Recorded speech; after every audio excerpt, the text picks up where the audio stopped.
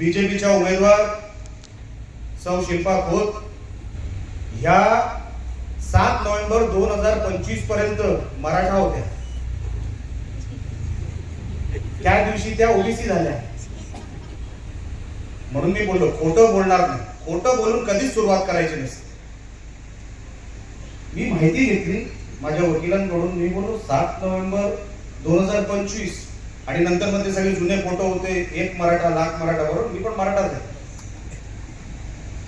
सगळ्या आंदोलनामध्ये आम्ही बघायचो. अचानक ओबीसीची सर्टिफिकेट आली कशी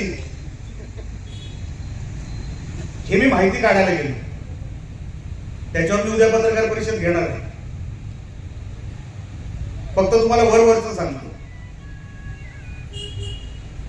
ह्या कालेलीच्या परब आणि परब म्हणजे 12 परब असतात, बरोबर. एवढे प्युअर कडवट मराठे.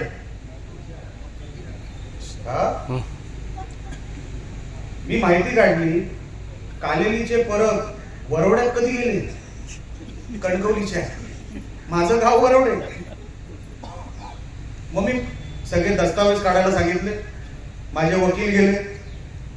एक दिवस लिपिक नाही, एक दिवस आरो नाही, तिसऱ्या दिवशी पेपरचा ढीग मिळत नाही, चौथ्या दिवशी मोदी लिपीचा पत्र मिळत नाही, 5व्या दिवशी मोदी लिपीचा ट्रान्सलेटर भेटत नाही.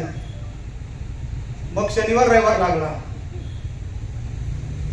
असे 7-8 दिवस आम्ही शोधतोय की आजोबा पणजोबा कुठे होते ओबीसी हे तरी आम्हाला दाखवा. त्या सगळ्या विषयांवर मी उद्या पत्रकार विथ प्रूफ दाखवणार आहे तुम्हाला. जिथे खोटारड्यापणाने सुरुवात केली ना त्याचा अंत वाईट असतो.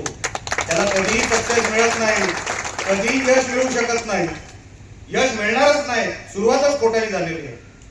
आता आम्ही पिटिशन कोर्टात टाकणार. कोर्टामध्ये टाकल्यानंतर हे सगळे पुरावे कोर्टासमोर सादर करावे लागणार.